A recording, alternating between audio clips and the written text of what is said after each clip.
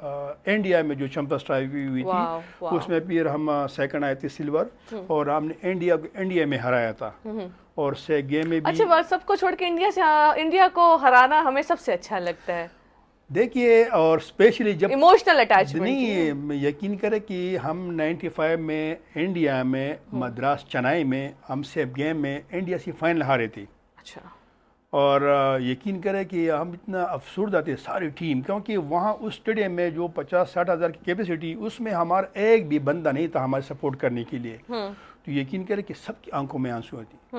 اور الحمدللہ جب نیکسٹ ایئر وہاں چیمپئنز ٹرافی ہو رہی تھی تو ہمارے ساتھ کوئی بڑا نام نہیں تھا اس وقت. شہباز بھی ڈراپ ہو گیا تھا، طاہر زمان بھی ڈراپ ہو گیا تھا، جو ہمارے اچھے پلیئر تھے. ہم جو نارمل پلیئر تھے ہم گئے، اور ہم نے وہاں کو وہی گراؤنڈ تھا، وہی مدراس، وہی چنائی، اور ہم نے انڈیا کو انڈیا میں ہرا کے یقین کرے کہ اسٹیڈیم میں سناٹا، خاموشی.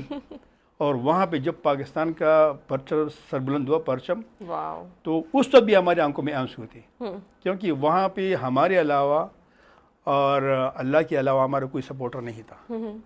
تو انڈیا کو پھر ہرانا، تو آپ کو پتہ ہے کہ پھر ہم یقین کریں کہ مجھے ایک سوات میں مجھے ایک فوجی ملا، عام فوجی تھا، سپاہی تھا. وہ کہہ رہے میں کشمیر میں ڈیوٹی کرتا ہوں، اور کہہ رہے ہم پتہ نہیں کتنے گھنٹوں سفر کر کے پیدل آتے اور میچ دیکھ کے، اور جب ہم جیتتے ہیں نا تو پھر ہم فائرنگ کرتے ہیں ساری رات.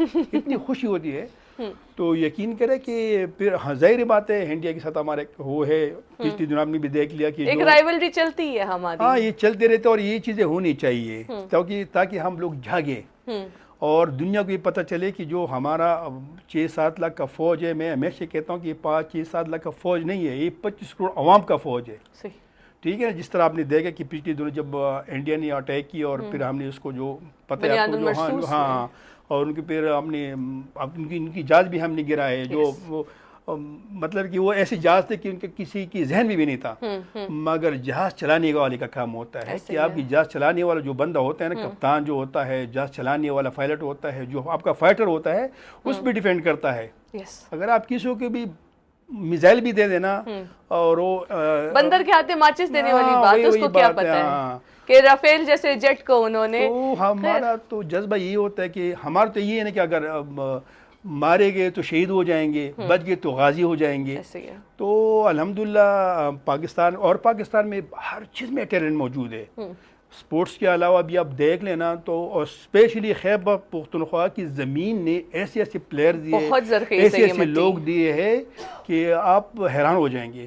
تو اس خیبر پختونخوا، ہاں ایک چیز ہے کہ ہمیں ایک دوسرے کے احترام کرنا چاہیے، ایک دوسرے سے پیار کرنا چاہیے. اور جو ہمارا آج کل یا کسی عرصے سے ہماری خیبر پختونخوا میں جو بد امنی ہے، اس چیز کو ہم سب نے مل کے، ایک اکیلے فورسز کا کام نہیں ہے، فوجیوں کا کام نہیں ہے، پولیس کا کام نہیں ہے، یہ سب کا کام ہے کہ ہم ان چیزوں کی نشاندہی کریں کہ ہمارے یہاں پہ رائٹ لیفٹ ارد گرد ماحول ہو اور اچھا ماحول بنے، تاکہ ہمارے بچوں کو آنے والا مستقبل کا اچھا ہو.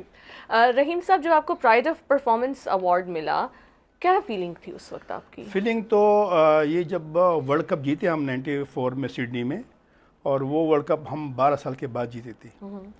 تو اس وقت پاکستان پیپلز پارٹی کی گورنمنٹ تھی، اور پرائم منسٹر بے نظیر بھٹو تھی. تو ایک تو جب ہم ورلڈ کپ جیتے تو اس نے ہمیں بلایا تھا وہاں پہ پرائم منسٹر ہاؤس، اور اس وقت ان نے سب پلیئرز کو ایک پلاٹ دیا تھا اسلام آباد میں.